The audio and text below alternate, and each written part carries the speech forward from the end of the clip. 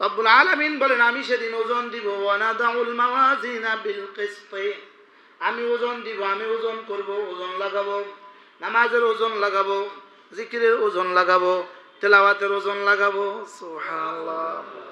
সবাই একসাথে মাগরিবের নামাজ পড়লাম, ওজন দিবে, সবারটা ওজন দিবে।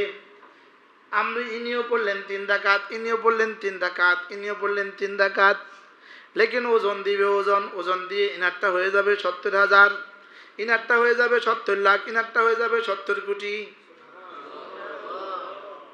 আচ্ছা তখন কি বলবে? হায়, কেন আমারটা এত কম কম দাম হইলো, আমারটা এত কম দাম হইলো কেন, আমারটা এত কম দাম হইলো কেন? আল্লাহ তাআলা বলবেন খুলে দেখো, দেখো তোমারটা মিষ্টি কেমন। আল্লাহ বলে তোমারটা চিনি কম দিয়েছো এই জন্য মিষ্টি কম, তোমারটায় ঘি কম দিয়েছো এই জন্য মজা কম, তোমারটা আল্লাহর মহাব্বত কম হয়েছে এই জন্য দাম কম। আল্লাহ। আর ওরটা আল্লাহর মহাব্বত বেশি হয়েছে এই জন্য দাম বেশি। সুবহানাল্লাহ। এই জন্য মেরে ভাইও আমার হুজুর রহমতুল্লাহ বলতেন, না নপুর রহমতুল্লাহ বলতেন, যোগাযোগে দাম বাড়ে, যোগাযোগে দাম বাড়ে। কি বলতেন? যোগাযোগে দাম বাড়ে। যোগাযোগে কি বাড়ে? আল্লাহ ওয়ালাদের সাথে যোগাযোগে দাম বেড়ে যায়। সুবহানাল্লাহ। আল্লাহ ওয়ালাদের সাথে যোগাযোগে কি বাড়ে? বলেন যোগাযোগে দাম বাড়ে। হ্যাঁ, লাগি থাকলে ভাগি হয়। কোন লাগি থাকলে কি হয়? দূরে গেলে ভাগে খায়। লাগি থাকলে ভাগি হয়, দূরে থাকলে আজীব না। ওই দিন ফলাশ হুজুর কি বললেন? কায়া দেখলে মায়া বাড়ে। বলেন কায়া দেখলে, দূর থেকে ওয়াজ শুনে, দূর থেকে ওয়াজ শুনে, দোকানে বসে বসে ওয়াজ শুনে, এটা দেখে না শুনে, এটা কি করে না? লাইটের নিচে গেলে, লাইটের নিচে গেলে চেহারাও দেখা যায়, হাতও দেখা যায়, যায় না? জানা বলেন। লাইট থেকে দূরে গেলে চেহারা আর দেখা যায় না, শুধু লাইট দেখা যায়। কি আশ্চর্য না? লাইট থেকে দূরে গেলে কি দেখেন? আজীব। বাতির নিচ থেকে দূরে সরে যাবেন, তখন আপনার শরীরটা আলোকিত থাকবে নাকি অন্ধকার হবে? বলেন। বাতির নিচ থেকে দূরে সরে গেলে আলোকিত না অন্ধকার? ঠিক তেমনি ভাবে যখন আপনি আল্লাহ ওয়ালাদের সোহবতে থেকে অন্যত্র চলে যাবেন, তখন আপনার অন্তরটা আলোকিত থাকবে না, আবার অন্ধকার হয়ে যাবে। কি আবার কি হয়ে যাবে? এখন বলবেন তাহলে কোন আল্লাহ ওয়ালার সামনে তো 24 ঘন্টা বসে থাকার সুযোগ নাই আমার, তাহলে আমি বাড়িতে গেলেও আলোকিত কেমনে থাকবো? সুবহানাল্লাহ। বুঝেন না? আল্লাহ ওয়ালাদের কাছে গেলে মানুষ কি আলোকিত হয়? কি হয় বলেন?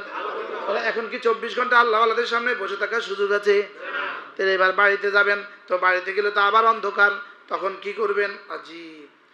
এই সমস্যার সমাধান দিতে হাদিস শরীফে রাসূল করিম সাল্লাল্লাহু তাআলা আলাইহি সাল্লাম বলেন, যে সকল লোহার তৈরি জিনিস, যেমন দা, খুন্তি, কোদাল, কাস্তে, লোহার দ্বারা যে সকল জিনিস তৈরি করা হয়, সকল জিনিস আবহাওয়া ও জলীয় বাষ্পের কারণে এমনিতে জং ধরে। এই জং দূর করার জন্য র‍্যাত দিয়ে ঘষতে হয়। বলেন র‍্যাত দিয়ে কি করতে হয়? ঘষতে হয়। জং পরিষ্কার করার জন্য কোনো হাতিয়ার আছে, তার নাম হলো র‍্যাত। জং পরিষ্কার করার জন্য হাতিয়ার হলো র‍্যাত। আল্লাহ তাআলা বলে, আল্লাহ রাসূল বলেন, অন্তরের জং পরিষ্কার করা হাতিয়ার হলো আল্লাহ তাআলার জিকির। সুবহানাল্লাহ বলে। এখন তাইলে আলোকিত হলেন, লাইটের নিচে এসে আলোকিত হয়ে গেলেন, লেকিন ঘরে গেলে তো আবার অন্ধকার। এই অন্ধকার দূর করবেন কি দিয়ে? জিকির দিয়ে। কি দিয়ে? এখানে বসে আল্লাহ ওয়ালাদের সোহবতে বসলেন, এরপরে বাড়িতে গিয়ে জিকির শুরু করে দিলেন। 1 মাস হয়ে গেল জিকির করলাম, এবার জিকিরও ধীরে ধীরে স্লোথ হয়ে গেল, গতি থেমে গেল, আবার গিয়ে একটুখানি চার্জ নিয়ে আসো। আরে সুবহানাল্লাহ বলেন। আবার গিয়ে একটুখানি কি নিয়ে আসো? হ্যাঁ, বাস্তব না বাস্তব? তাহলে ভোতা দাঁটা আপনি র‍্যাত দিয়ে কি করলেন? ঘষলেন, ঘষলেন, ঘষলেন, ঘষলেন, এবার বাড়িতে নিয়ে গেলেন, এবার কাজ করেন, কাজ করেন, কাজ করেন, কিন্তু আবার তো ভোতা হয়, তা আবার আনেন।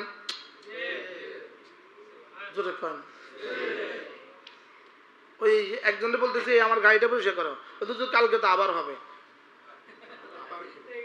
কি কর? আমার সাইফুল কালকে তো আবার হবে।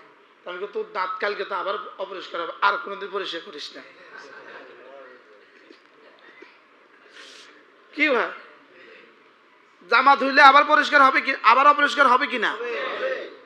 তো আবার পরিষ্কার করবেন না? আবার পরিষ্কার হবে না? আবার অপরিষ্কার হবে না? তাহলে আপনি কি, আচ্ছা এখন দিল হুজুর বাড়িতে গেলে তো অপরিষ্কার হয়ে যায়, তো এটা আবার কি করব? আবার মাসে একবার আসবেন, সুবহানাল্লাহ বলেন, আবার গিয়া এবার কাজ করো, আবার পরিষ্কার হইলে আবার অপরিষ্কার হইলে আবার আসো। উচিত ছিল প্রতিদিন একবার করে শান দেওয়া, লেকিন কি করবেন? হ্যাঁ, দেনেওয়ালাও নাই লেনেওয়ালাও নাই, তো কমপক্ষে মাসে একবার দাও। সফিউল্লাহ সাহেবের কি খবর?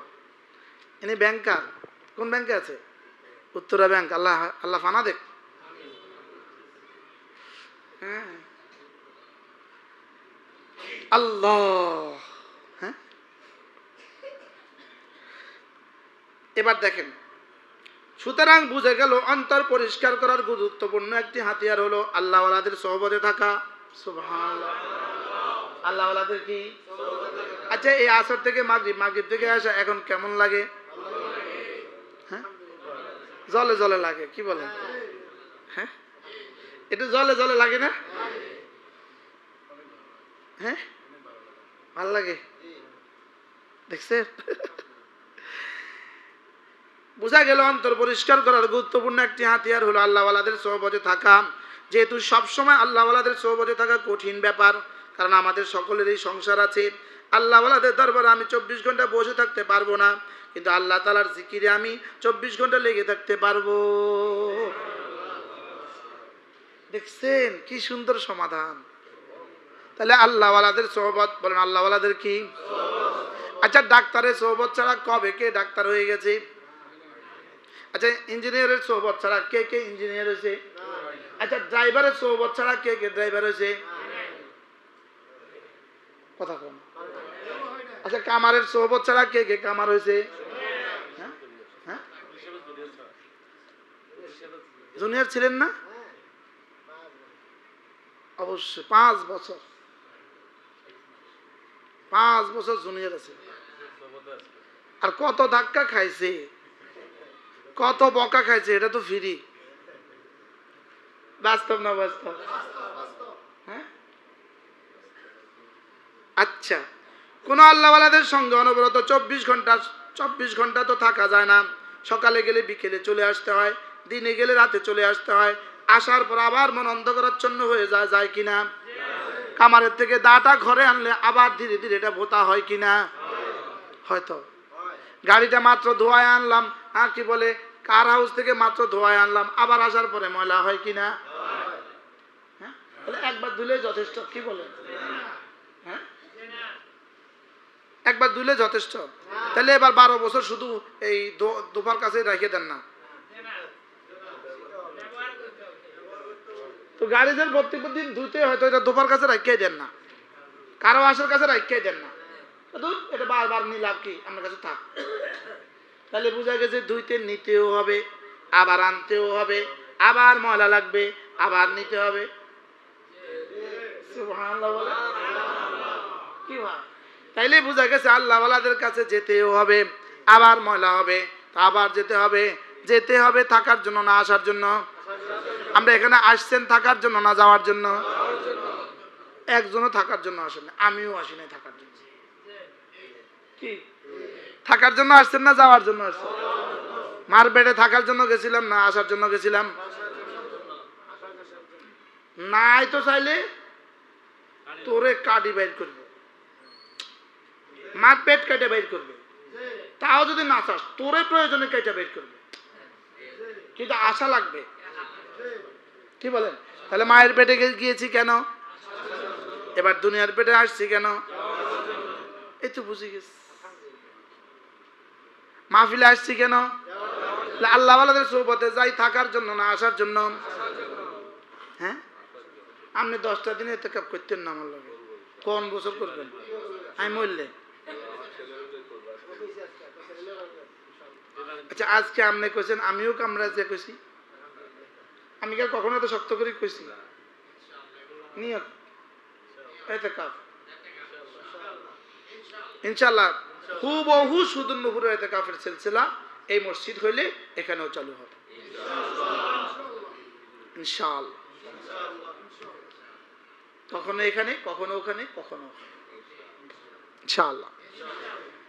তাইলে কোন আল্লাহওয়ালার সোহবতে 24 ঘন্টা লাভ করা যায় না, থাকা যায় না। সকালে গেলে বিকেলে চলে আসতে হয়, দিনে গেলে রাতে চলে আসতে হয়, আসার পর আবার মন অন্ধকারাচ্ছন্ন হয়ে যায়। এই জন্যই রাসূল বলেন প্রত্যেক জিনিস পরিষ্কার করার রেত আছে, অন্তরের ঝং দূর করার রেত হলো আল্লাহ তাআলার জিকির। সুবহানাল্লাহ। তাহলে আল্লাহওয়ালাদের সোহবতে 24 ঘন্টা থাকতে পারবো না, এটা থাকার কি নাই। এবার তাহলে কি করব? আল্লাহওয়ালাদের সোহবতে 24 ঘন্টা থাকতে পারবো না, তাইলে আল্লাহ তাআলার জিকিরে 24 ঘন্টা কি লেগে থাকা সম্ভব? বলে হ্যাঁ, এটা সম্ভব। সুবহানাল্লাহ। এটা কি বলেন? এটা কি? এখন প্রশ্ন, আমি যদি 24 ঘন্টা জিকির করি তাহলে আমার সংসার, দোকানদারি, ব্যবসা, চাকরি হবে কখন? আমার রুজি রোজগার উপার্জন হবে কখন?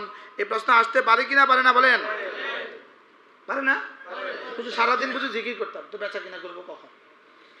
বুঝি সারাদিন বুঝি জিকির করতাম, তা মাছ ধরবো কখন? প্রশ্ন আসে কিনা? মা বোনরা বললেন সারাদিন জিকির করলে বাচ্চা গোসল করাবো কখন? মা বোনদের সবচেয়ে বেশি টাইম 2 জায়গায় লাগে। কয় জায়গায়? একটা হলো গোসলখানা, আর একটা হলো পাকঘরে। বলেন, একটা হলো কি, একটা হলো কি? বাস্তব না বাস্তব?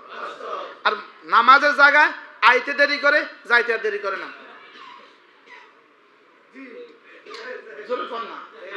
নামাজের জায়গায় কি করে? শুধু আপনাকে বোর কথা কই, আমি আমার বোর কথা কি?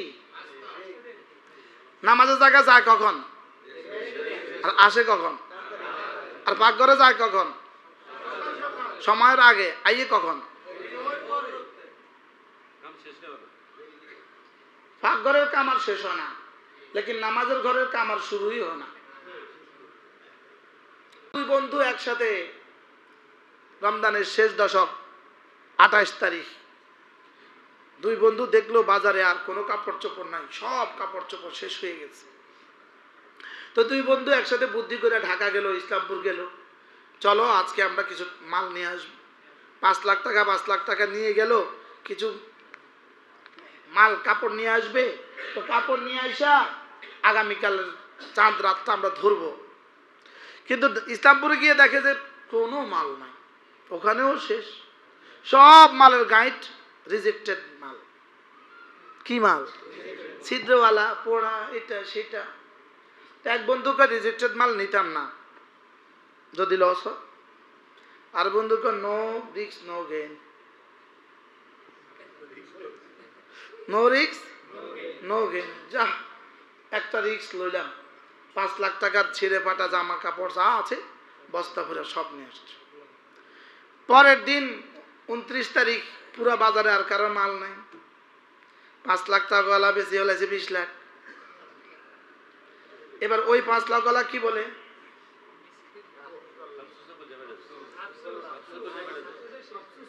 জোরে বলে। আচ্ছা, কি পরিমাণ আফসোস করবে সে? হ্যাঁ, আহ কি করলাম, আহ কি করলাম, কন না? নিজ হাতে কেমনে রে হারাইলাম। একসাথে গেলাম, দোস্ত আজকে 20 লাখ টাকার মালিক হয়ে গেল, আমি বেচারা যে ফকির ওই ফকির রয়ে গেলাম। হ্যাঁ, আমার ভাই জাপান গেছে, জাপান আর কেউ যায় নাই একসাথে। হ্যাঁ, কি ভাই? এটাকে বলে ওয়াল ওয়াজনু ইয়াউমাইযিনিল হক ফামান তাকুলাত মাওয়াজিনুহু ফাউলাইকা হুমুল মুফলিহুন।